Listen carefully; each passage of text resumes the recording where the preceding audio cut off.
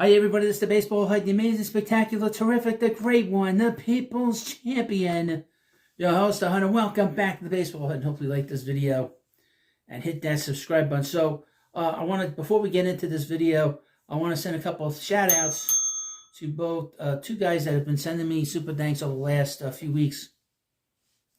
First up is Mr. Jones 4384. Been very generous with his money. I appreciate it. Thank you. And of course, a member of the channel, NYC Buzz 822, who's also been sending me a lot of great super thanks, and he's a member as well. And of course, check out the memberships. I'll have a video on membership in a little while. I do a little bit different things there. It might be a little bit different. It's not for the faint of heart. We'll leave it at that. This is my second attempt at this video. But more importantly, we have a situation with Pete Alonzo. Pete is now probably gone. I did a video of him earlier today discussing Scott Boras and how Boras is really taking this to the edge, and he's really damaged the relationship that Pete has with us. And we can't forget that. And Boras owes everything to us as fans. And I, quite frankly, am tired of having to deal with a player's agent who basically disses us, and that shit's over with. At least from this corner. I'm not gonna pussyfoot around. Everybody pussyfoots around, and I'm not gonna do that. But be that as it may, there are other things to talk about. This popped up today, this afternoon. It's from the Padres. The Padres are trying to pare payroll. They're having all kinds of problems with their ownership situation. The owner passed away about a year or so ago, and the family and the other investors in the club are fighting like crazy. And but so there could be the Mets could, or some team can sort of grab one of these pitchers that they have. I would mention that the division in the National League West, particularly the Giants, have to wake up. Giants are falling very very far behind, very, very quickly. And the Giants better wake up, because the Giants, they want to be referred to as the little brother when they have been their hated rival for 140 years, 120 years, 140 years. No. So the Giants better wake up and start really pushing to get some players in there, or they're going to be gone for 10 years, another 10 years, trying to win that division, or not being able to win that division. But the Padres, they have a good general manager. They have a good manager. There's some very good players, but they're going to have to get rid of some of their salary and some of the money that's on that payroll. So we got this from SI. Should the Mets call Padres about Dylan Cease and Michael King?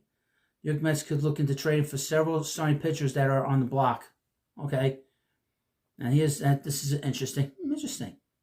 It initially appeared that the New York Mets were all set with their starting rotation for 2025 once their re-signing of Shorman Nye to a 3-year deal was finalized back in December. This is because the Mets currently boost 6 MLB caliber starting pitchers in Minaya, Kodai Senga, Clay Holmes, Frankie Montas, David Peterson, Paul Blackburn.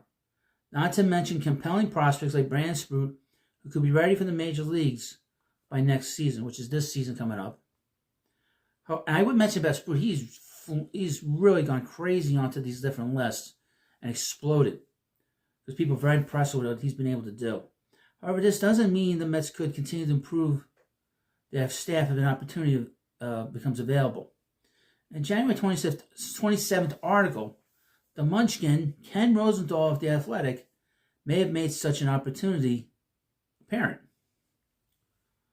One reason the open market remains clogged is that teams continue to discuss trades. The Seattle Mariners' Luis Castillo and San Diego Padres' Dylan Cease and Michael King, for example, are among the starting pitchers who remain in play, the Munchkin wrote. Is there a world where the Mets make a trade for one of the Padres' 2 starting pitchers who were mentioned? It's certainly possible. Pat Ragazza on SI is reporting that the Padres' asking price for Cease has been very high. However, King, who is also a 1-year rental, could be a better fit if the Mets can land him for a lesser package than Cease. It would be interesting to see who the Mets could need to send back to San Diego to finalize a deal for either starter. Padres GM President of Baseball Operations A.J. Preller will likely want at least a prospect or two in return for King, despite him only having more year in his contract. Perhaps adding a veteran player like Starlin Marte, Jose Butto, and or Tyler McGill could be another means of sweetening the pot, so to speak. Again, this is all speculation. David Stearns may think including any of those players is too much for a one-year rental of King or Cease, but adding either starter to the Mets rotation would make an already great offseason even better. Now, a couple of things about Michael King. He was with the Yankees, and he got traded in the Juan Soto deal. So that another dig for the Mets fan to give a Yankee fan is that they would get the prime piece, and he was the main piece, the headline piece in that trade. Also with Michael King, up until last year, he was in the Yankees bullpen. So he doesn't, even though he's 29 years old, he does not have a lot of innings under his belt. So he is a guy that could pitch to 34, 35 and really not have to deal with too many injuries because he spent most of his career, from the first 4 years of his career, in the bullpen. Last year, he pitched over 170 innings, I believe, and he struck out 200 batters. Doesn't walk a lot of batters. And I think he went 13-9, 13-8, something like that. So he had a very good season. And he's something that the Mets should look at. And like I said, not a lot of innings under his belt. Very much the kind of player that you would want on your team. And here's the thing, and I would mention this as well. And I said this I don't know if I said this in a video, but the Mets have not made any major trades in the David Stearns era yet. He signed a big player in the first 2 years. He signed that really big player. He's made a lot of little moves. He's made some very good trades, some smaller trades. Making that trade with the Brewers last year to get Tyrone Taylor and that Adrian Hauser. That he's not done a lot of moves. He's not done major trades. So that would be a major trade, bringing in King. But they've not traded any prospects off this, either on the major league roster or on the minor league roster, since 2021. So the Mets are really building up the farm system in terms of just holding on to guys. So the Mets have not done anything. So that is interesting to keep in mind. At what point will Stearns pull the trigger on a prospect deal to bring in a big player or a veteran player? So that is something that we've not seen yet from the Mets. But I will monitor it and try to get you this information. A lot of this information might not be on Google or might not be on here. But a lot of this stuff I find on X. So if you're not on X, please, of course, subscribe to the channel. Also follow me on X. I'm trying to get that monetized, trying to make a little bit extra cash there. To me, it's all about making money.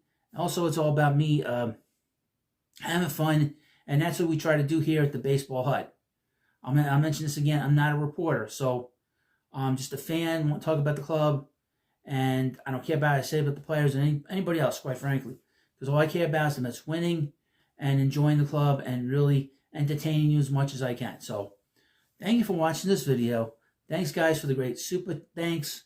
Again, I will have more videos in the near future. If you become members of the channel, you get exclusive stuff. I'll have a video, an interesting video, me going off on a rant. Something I can't post here. But hopefully you like it, especially if you're a member. If you want to become a member, check it out. And thank you for watching, and I'll see you later.